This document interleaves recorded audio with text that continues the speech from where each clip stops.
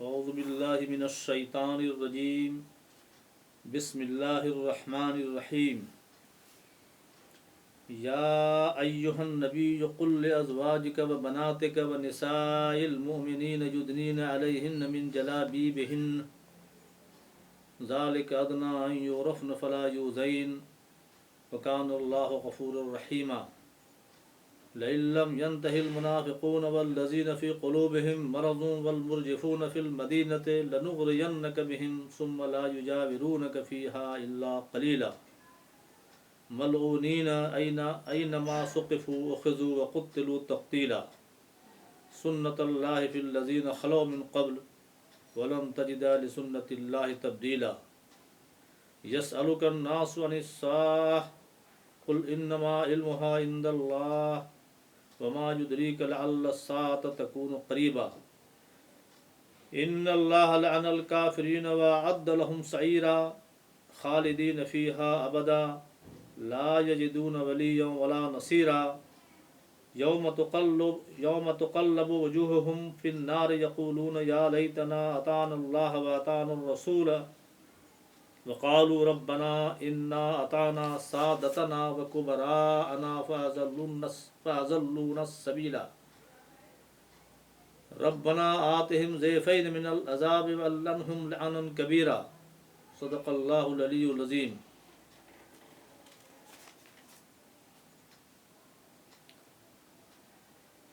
سورہ الاحزاب کا 8واں رکوع آپ نے ملاحظہ فرمایا۔ یہاں اس رکوع کے اندر ازواج مطہرات سے اور دیگر ایمان لانے والی عورتوں سے خطاب ہے سب سے پہلے، اور پردے کا حکم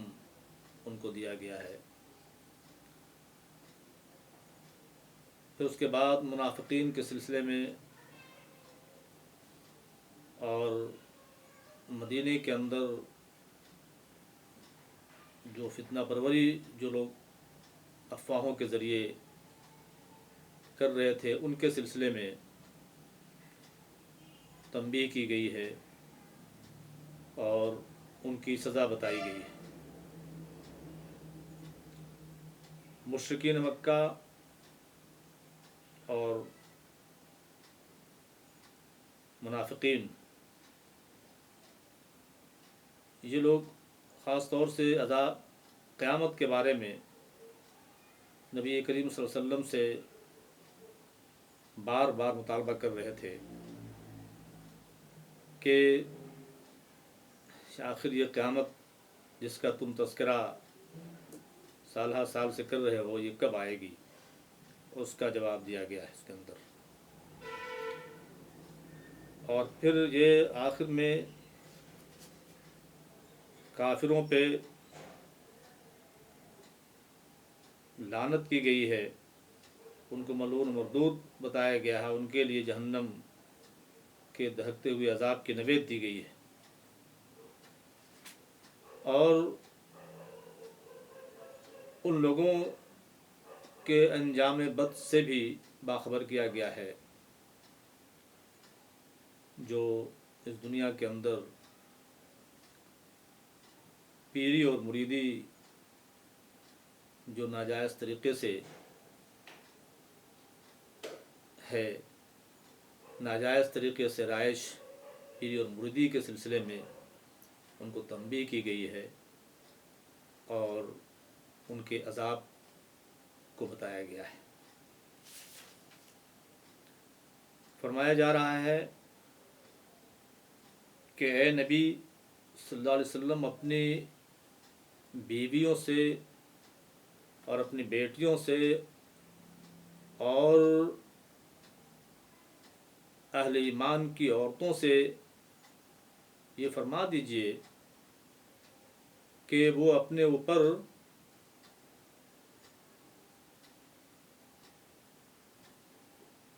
دوپٹوں کے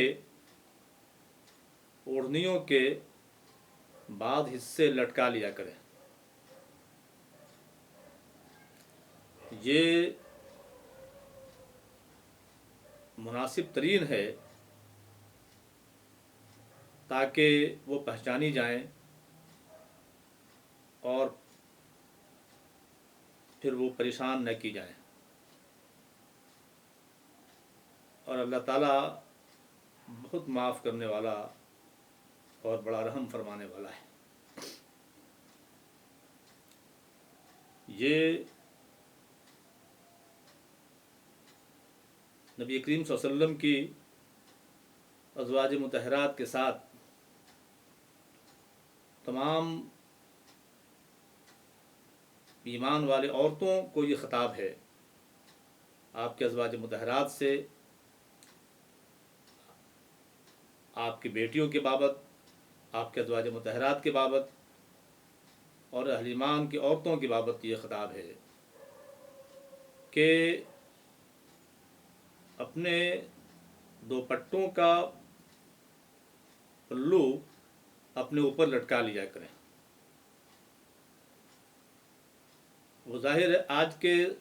زمانے میں جو پردے کا رواج ہے، بعض ہماری مائیں اور بہنیں پردہ کرتی ہیں اور اس طرح چہرہ کھلا ہوا ہوتا ہے.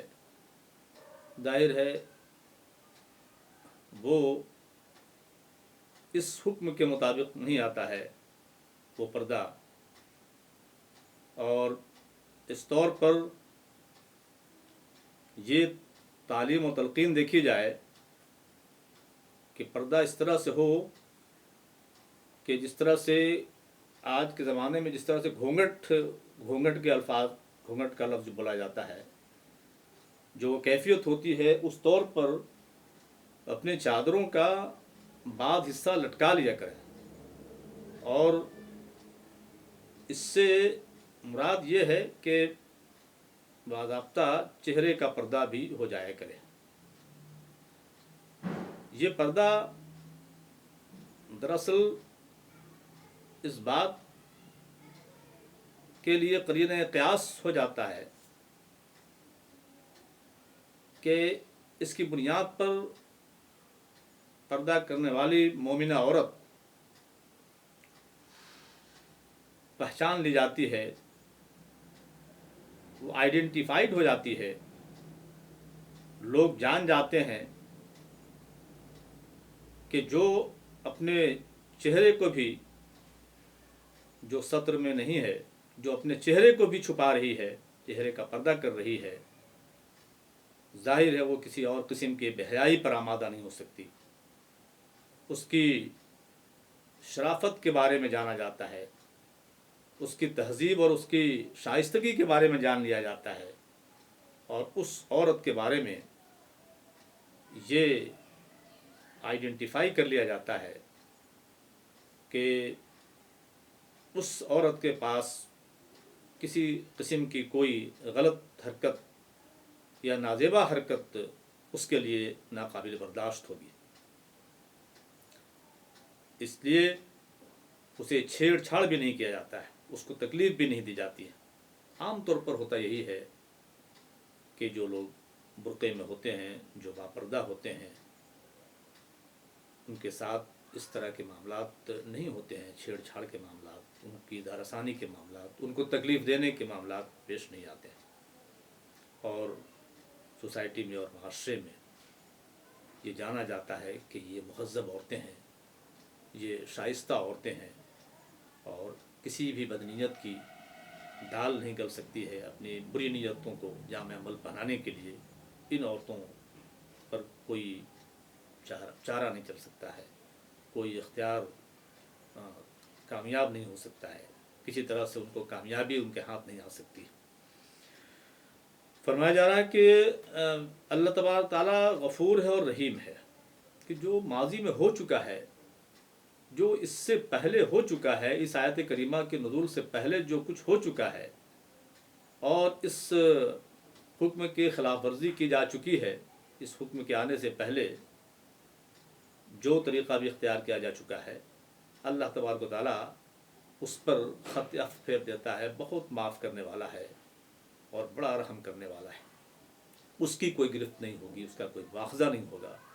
مواخذہ تو اب سے ہوگا جب کہ یہ حکم سامنے آ گیا ہے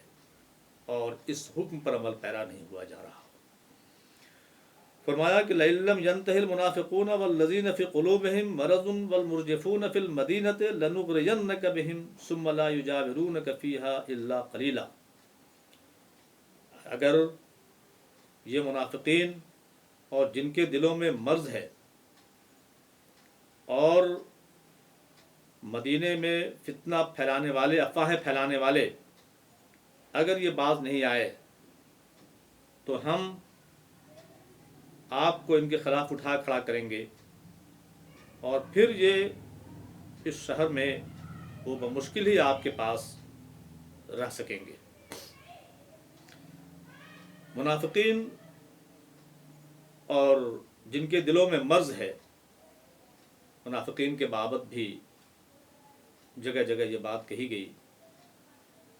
کہ وہ خود ان کے دلوں میں مرض ہے۔ مرض یہ ہے کہ اسلام کو اختیار تو کرتے ہیں لیکن ان کے دلوں میں اسلام کے خلاف پلاننگ، منصوبہ بندی اور اسلام کی تعلیمات پر عمل نہ کرنے کا جذبہ موجود ہوتا ہے۔ اس کو اس بیماری سے تعبیر کی گئی ہے، نفاق کو ایک بیماری سے تعبیر کی گئی ہے۔ یہاں منافقین کے علاوہ تذکرہ ہے کہ جن کے دلوں میں مرض ہے، جو اس قسم کے جذبات رکھتے ہیں، جو شرانگیزی کے، فتنہ پروری کے، جو بے حیائی کے اور جو بدچلنی کے جذبات اپنے دلوں میں رکھتے ہیں، اور جو افواہیں پھیلانے والے ہوتے ہیں، ریومرز کو جو ہوا دینے والے ہوتے ہیں، ان سارے لوگوں کے بارے میں یہ بات آ رہی ہے، یہ فرمایا جا رہا ہے کہ یہ لوگ فتنہ پرور لوگ ہیں اور فتنہ پروری کو برداشت نہیں کیا جائے گا۔ ہر دور میں جب اسلامی حکومت رہی، اسلامی ریاست رہی، تو ایسے لوگوں کو بہرحال بخشا نہیں گیا، تنبیہ کی گئی، اور تنبیہ کے باوجود اگر نہیں مانے تو ان کے سلسلے میں ایکشن لیا گیا۔ فرمایا جا رہا ہے کہ ایسے لوگوں کے بارے میں ہم آپ کو اٹھا کھڑا کریں گے ان کے خلاف، اور پھر ان کا جینا دوبھر ہو جائے گا، یہاں وہ آپ کے پاس، آپ کے ساتھ اس شہر میں نہیں رہ سکیں گے۔ جو کارروائی ان کے خلاف ہوگی، جو معاملات ان کے خلاف ہوں گے، اور جو اسلامی اصولوں کو ان کے خلاف جو برتا جائے گا، ان پر اسلامی اصولوں کو جو تطبیق دی جائے گی، اس حکم کی تطبیق جب عمل میں آئے گی، اس حکم پر عمل پیرا جب ہوا جائے گا، تو پھر یہ لوگ بمشکل ہی آپ کے پاس رہ سکیں گے۔ یہاں یہ ہر چہار جانب سے ملعون ہیں، جہاں کہیں بھی انہیں پایا جائے گا، پکڑا جائے گا، اور بری طرح ان کو مارا جائے گا۔ اور یہ اللہ رب العزت کی سنت ہے، جو پہلے لوگوں میں بھی جو گزر چکے ہیں لوگ، ان لوگوں میں بھی اللہ تعالیٰ کی یہ سنت اس سے پہلے جاری رہی۔ یہی سنت کہ فتنہ پروروں کو سوسائٹی میں اور معاشرے میں، اسلام امن کا علمبردار ہے، اسلام ایک آئیڈیل سوسائٹی کا علمبردار ہے، اسلام ایک ایسے معاشرے کا علمبردار ہے کہ جس معاشرے میں سب کی عزت برقرار ہو، جس معاشرے میں فتنہ پروری نہ ہو، جس معاشرے کے اندر بے حیائی نہ ہو۔ ایک آئیڈیل معاشرہ اسلام چاہتا ہے اور اپنے پیرووں سے اس بات کا مطالبہ کرتا ہے کہ آئیڈیل معاشرے کے قیام کے لیے جس حد تک ہو سکے کوششیں کی جائیں۔ فتنہ چاہے افواہوں کے پھیلانے کی شکل میں ہو، چاہے نفاق کی شکل میں ہو، اور چاہے دلوں میں بے حیائی اور بے حیائی اور بدکاری کے جذبات کو نشو و نما دینے کی شکل میں ہو. یہ ایسا فتنہ ہے جس سے کوئی بھی معاشرہ گندہ ہو جاتا ہے. اسلامی معاشرہ،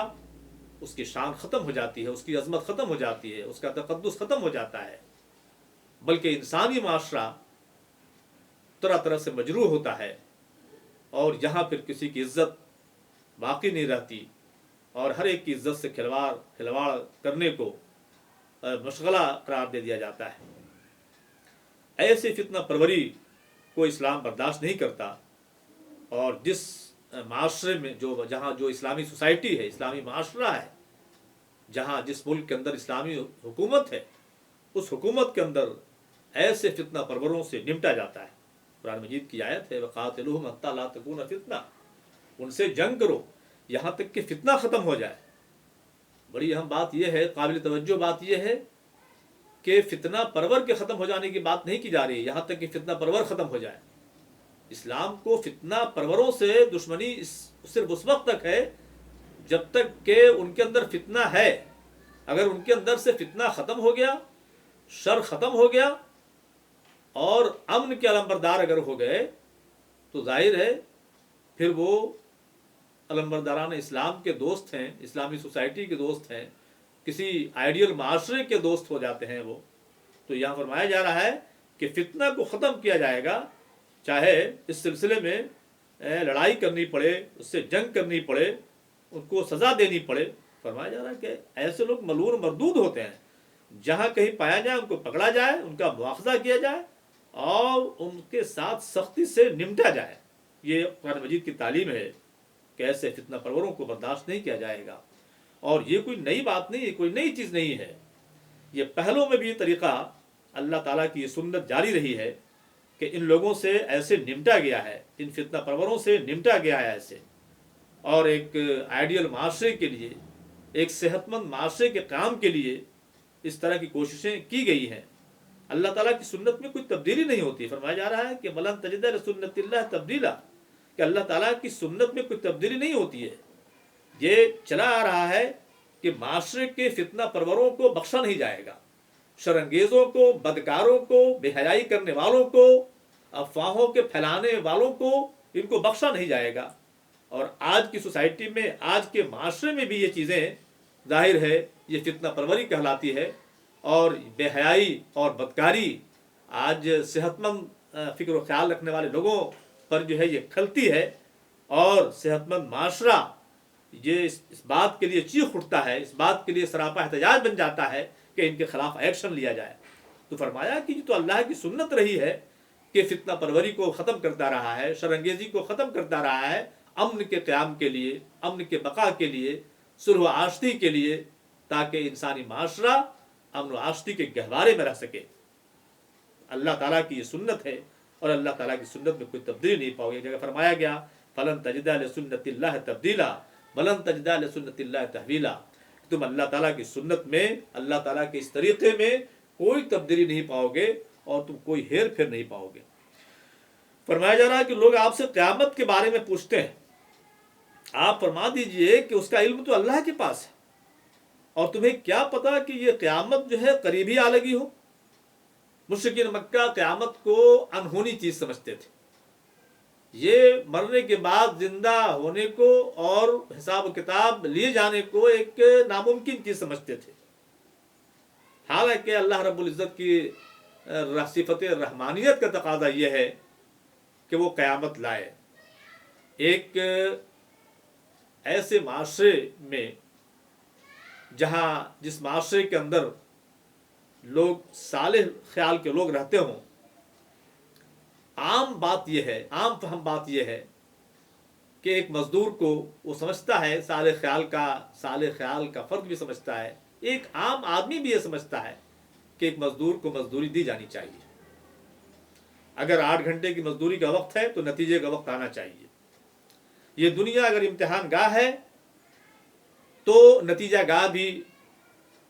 برپا ہونی چاہیے، نتیجہ گاہ بھی آنا چاہیے. اللہ رحمان الرحیم ہے تو اس کی رحمانیت کا تقاضا یہ ہے کہ وہ ایک فیصلے کا دن بھی لائے، ایک ایسا دن لائے کہ جس دن وہ اچھے لوگوں کو ان کی اچھائی کا بدلہ دے، برے لوگوں کو ان کی برائی کا بدلہ دے۔ فَمَن يَعْمَلْ مِثْقَالَ ذَرَّةٍ خَيْرًا يَرَهُ وَمَن يَعْمَلْ مِثْقَالَ ذَرَّةٍ شَرًّا يَرَهُ، کہ جو ذرہ برابر بھی نیکی کرے گا وہ اس کو دیکھے گا، اور جو ذرہ برابر بھی برائی کرے گا وہ اس کو دیکھے گا، اس کو بھگتے گا۔ اللہ رب العزت کی شان رحمانیت کا تقاضا ہے کہ وہ قیامت لائے۔ ایک جگہ فرمایا گیا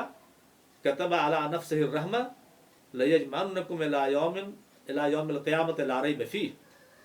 کہ اس نے اپنے اوپر رحمت کو واجب کر لیا ہے، لکھ لیا ہے، اور وہ تم تمام لوگوں کو قیامت کے روز ایک ایسے دن جمع کرے گا جس کے اندر کوئی شک و شبہ نہیں ہے۔ قیامت کے بارے میں سورہ القیامہ میں فرمایا کہ ہم تو ان کی انگلیوں کے پوروں کو بھی جمع کر لیں گے، بلا قادرین علی ان نسوی بنانا، کہ ہم تو لوگوں کی انگلیوں کے پوروں کو بھی اکٹھا کر لیں گے، جمع کر لیں گے۔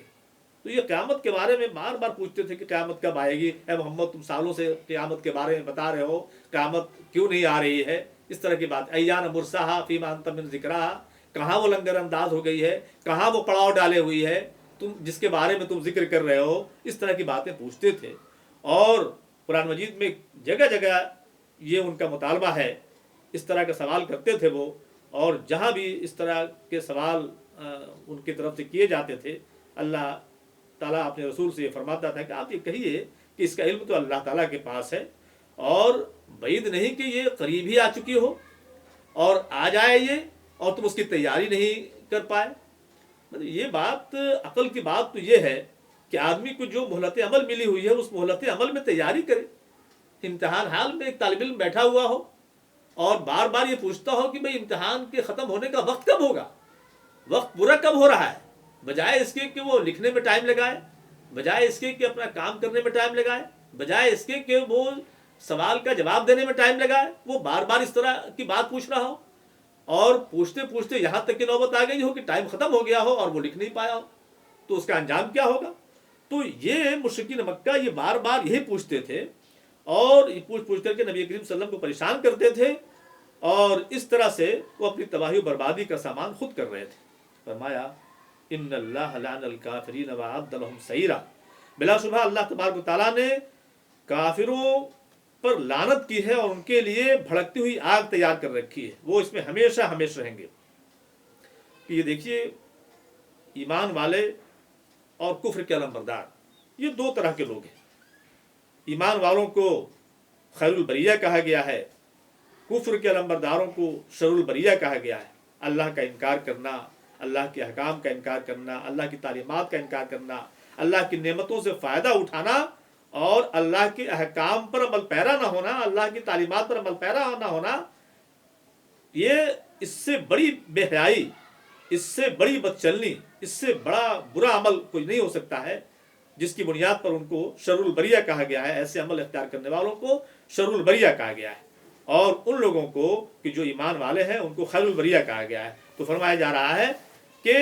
ایسے لوگوں کے لیے کہ جو کفر کا رویہ اختیار کرنے والے ہوں، قیامت کا انکار کرنے والے ہوں، اللہ کے رسول کو نہ ماننے والے ہوں، قیامت کا انکار کرنے والے ہوں، اللہ تعالیٰ نے بھڑکتی ہوئی آگ ان کے لیے تیار کر رکھی ہے، اور وہ اس میں ہمیشہ ہمیشہ رہیں گے اور کوئی ولی و مددگار نہیں پائیں گے۔ فرمایا جا رہا ہے کہ یاد کرو اس دن کو کہ جس دن ان کے چہرے آگ پر الٹ پلٹ کیے جائیں گے، اور وہ یہ کہیں گے کہ اے کاش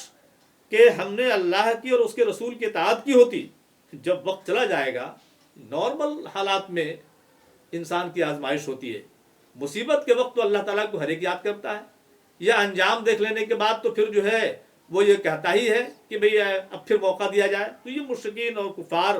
یہ جہنمی لوگ جو جہنم، جن کے حصے میں جہنم آ جائے گی، وہ وہاں جہنم کا عذاب دیکھ کر کے جب اس طرح کی بات کہیں تو ظاہر ہے وقت جا چکے گا، اور اس طرح کی خواہش اور اس طرح کا جذبہ صرف جذبہ ہی رہ جائے گا۔ وقت ابھی ہے، جو وقت ملا ہوا ہے، چاہے 2 منٹ کا وقت ملا ہوا ہے، چاہے 4 منٹ کا وقت ملا ہوا ہے، 4 دن کا ملا ہوا ہے، 40 دن کا ملا ہوا ہے، 40 سال کا یہ وقت ملا ہوا ہے، یہ تیاری کرنے کا وقت یہ ہے۔ جب قیامت کی گھڑی آ جائے گی،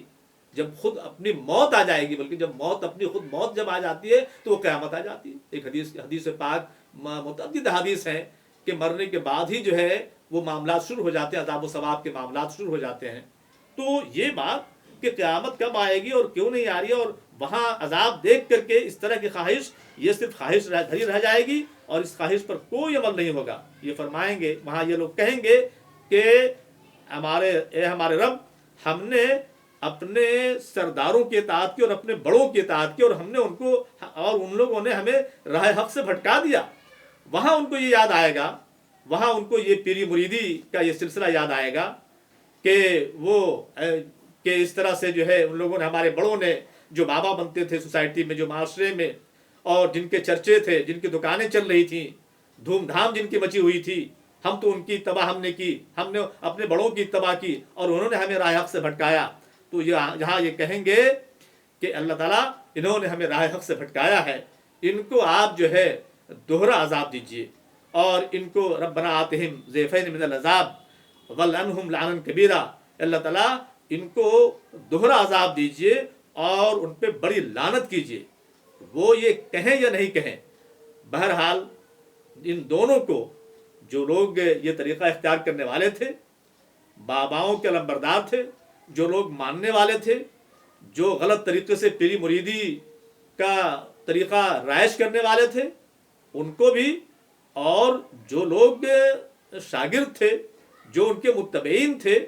ان کو بھی، ان دونوں کو جو ہے عذاب دیا جائے گا اور یہ دونوں عذاب سے بچ نہیں سکیں گے. اور یہ جو فالوورز تھے وہ فالوورز کہیں گے کہ ان کو،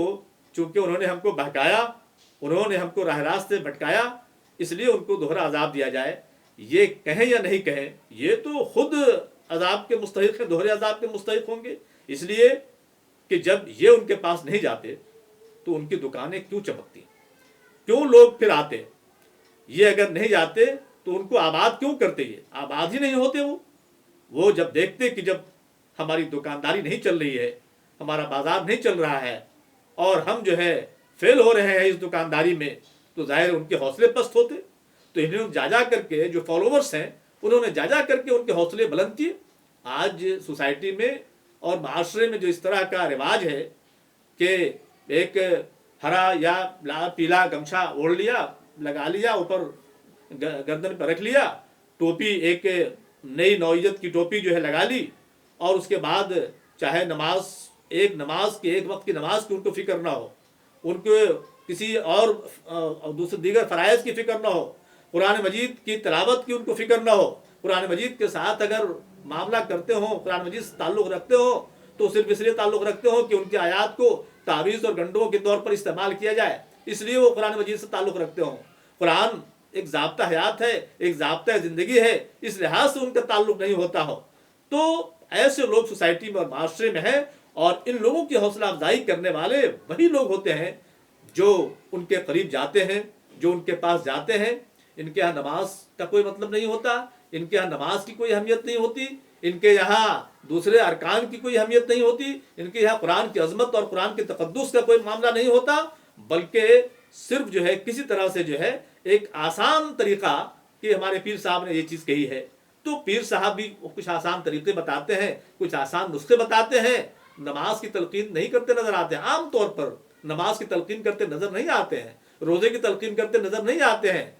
صاحب حیثیت ہیں، حج کرنا ہے ان پر، حج کی تلقین کرتے نظر نہیں آتے ہیں. صاحب حیثیت ہے، زکوٰۃ دینا ہے ان کو، زکوٰۃ کی تلقین کرتے نظر نہیں آتے ہیں. بس یہ کر لو، وہ کر لو، یہ نذرانے پیش کر دو، یہ چڑھاوے چڑھا دو، اور اس طرح کی چیزیں کر کے وہ اس بازار کو چمکانا چاہتے ہیں. ایسے لوگ، دونوں لوگوں کے لیے جہنم کی نوید اللہ تبارک و تعالیٰ کی طرف سے.